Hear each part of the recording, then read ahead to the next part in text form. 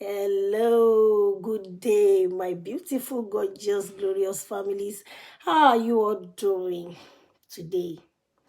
What time are you right now? How was your night? How was work? Because we are all in different parts of the world and I don't know what your time is saying.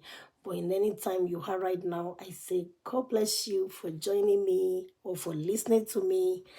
Today's chapter will be taken from the book of Matthew. We've been going like this: Matthew, Mark, Luke. Yeah, I think we did John. January was a beautiful month. Welcome to a new month. Happy new month to you all. Here is the month of February. Let's enjoy another set of sections of Bible reading. I really wish to have all of those chapters that are so, that are not often, like those ones like Habakkuk, all those chapters. But let's see how things go. So today is Matthew chapter 18. What does the book of Matthew says? Let me see if I can do that briefly or I will just skip it. The book of Matthew teaches about principles of inspired biography. I already said that in my last video when I did the Matthew. It also teaches about principles of prophetic confirmation, wholehearted commitment, and principles to live by. So let's see what chapter 18 is all about. Now I have started marking out, I check each of those chapters that I've already read so that if I see it again, maybe I will just do a summary instead of rereading it again, okay?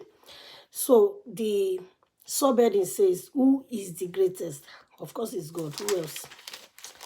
I want to see how far this is. Okay. Who is the greatest? I'm going to read. I don't know how to read fast. I'm sorry. At that time, the disciples came to Jesus and asked, so who is greatest in the kingdom of heaven? He called a child and had him stand among them. Truly, I tell you, he said, unless you turn and become like children, you will never enter the kingdom of heaven.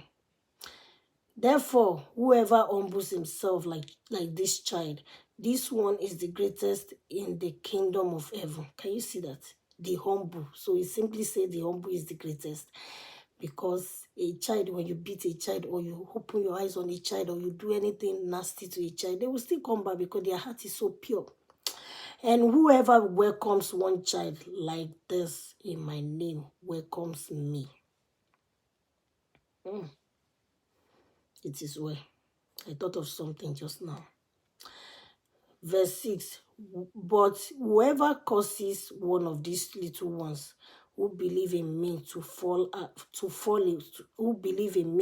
away, it will be better for him if a heavy millstone were hung around his neck and he will drown in the depth of the sea. Woe to the world because of the offenses, for offenses will inevitably come. But woe to that person by whom the offense comes. If your hand or your foot causes you to fall away, cut it off and throw it away. It is better for you to enter life maimed or lame than to have 2 hands or 2 feet and be thrown into the eternal fire. And if your eyes causes you to fall away, gouge it out and throw it away. It is better for you to enter life with 1 eye than to have 2 eyes and be thrown into hell fire. Another subheading. I'm going to see if there's any commentary or I will give my own comment. The parable of the lost sheep. Now, don't forget, this is more like a, everything about what God says and what Jesus says in the Bible is more like Proverbs. So you are not following it directly, just the way it is written. Cut it off, gouge it out. All these things are just for you to know how to control yourself. So if anything, if you do anything, I will check if there's any commentary. So let's keep reading. The parable of the lost sheep. Verse 10, see to it that you don't despise one of these little ones, because I tell you that in heaven their angels continually view the face of my Father in heaven. What do you think? Verse 12. If someone has 100 sheep and one of them goes astray, won't he leave the 99 on the east side and go and search for the stray? And if he finds it, truly I tell you, he rejoices over that sheep more than over the 99 that did not go astray. In the same way, it is not the will of the Father in heaven that one of these little ones perish. Verse 22, no. Verse 14, okay, verse 15, pastoring a brother. If your brother sins against you, go and rebuke him in private. If he listens to you, you have won your brother. But if he won't listen, take one or two others with you, so that by the testimony of 2 or 3 witnesses, every fact may be established. If he doesn't pay attention to them, tell the church. If he doesn't pay attention even to the church, let him be like a Gentile and a tax collector to you. Truly I tell you, whatever you bind on earth will have been bound in heaven, and whatever you lose on earth will have been loosed in heaven. Again, truly I tell you, if 2 of you on earth agree about any matter that you pray for, it will be done for you by my Father in heaven. That's why it says, 1 will chase 1,000, 2 will chase 10,000. For where 2 or 3 are gathered together in my name, I am there among them. The parable of the unforgiven servant. Then Peter approached him and asked, Lord, how many times shall I forgive my brother or sister who sins against me? As many as 7 times. As many as 7 times? Peter was asking. Verse 22, I tell you, not as many as 7 times, Jesus replied, but 70 times 7. Hey, for this reason, the kingdom of heaven can be compared to a king who wanted to settle accounts with his servant. When he began to settle accounts, one who owed 10,000 talents was brought before him. Since he did not have the money to pay it back, his master commanded that he, his wife and his children and everything he had be sold to pay the debt. At this, the servant fell face down before him and said, be patient with me, I will pay you everything. Then the master of that servant had compassion, released him, and forgave him the loan.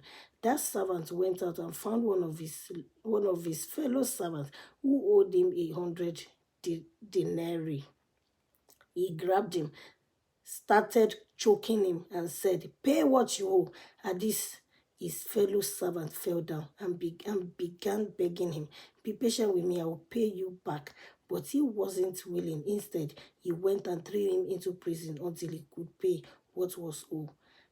When the other servants saw what had taken place, they were deeply depressed and went and reported to their master everything that had happened. Then, after he had summoned him, the master said to him, you wicked servant, I forgave you all your debt because you begged me. Shouldn't you also have had mercy on your fellow servant as I have had mercy on you? And because he was angry, his master handed him over to the jailers to be tortured until he could pay everything that was owed. So also my heavenly Father will do to you, unless every one of you forgives his brothers or sister from your heart. Okay, let's see. I think that's the end. Okay, that's the end. Okay, now let me quickly do some reflections. Oh, 9:12. Okay, reflections. How does Jesus' educational model apply to the local church today, especially in terms of preparing leaders? Why are these specific lessons so important? No, okay, let me see. To be prepared for ministry, all believers should have a time a time of preparation that involves both specific content and practical experiences. I need something that actually address what I wanted to address. Okay, 9:41. I can't see anything again. Anyway, is there anything you want to add? Please add it in the comment section below. Excuse me. Thank you for joining me. I appreciate you. I don't have enough time. God bless you. Bye. See you in another video.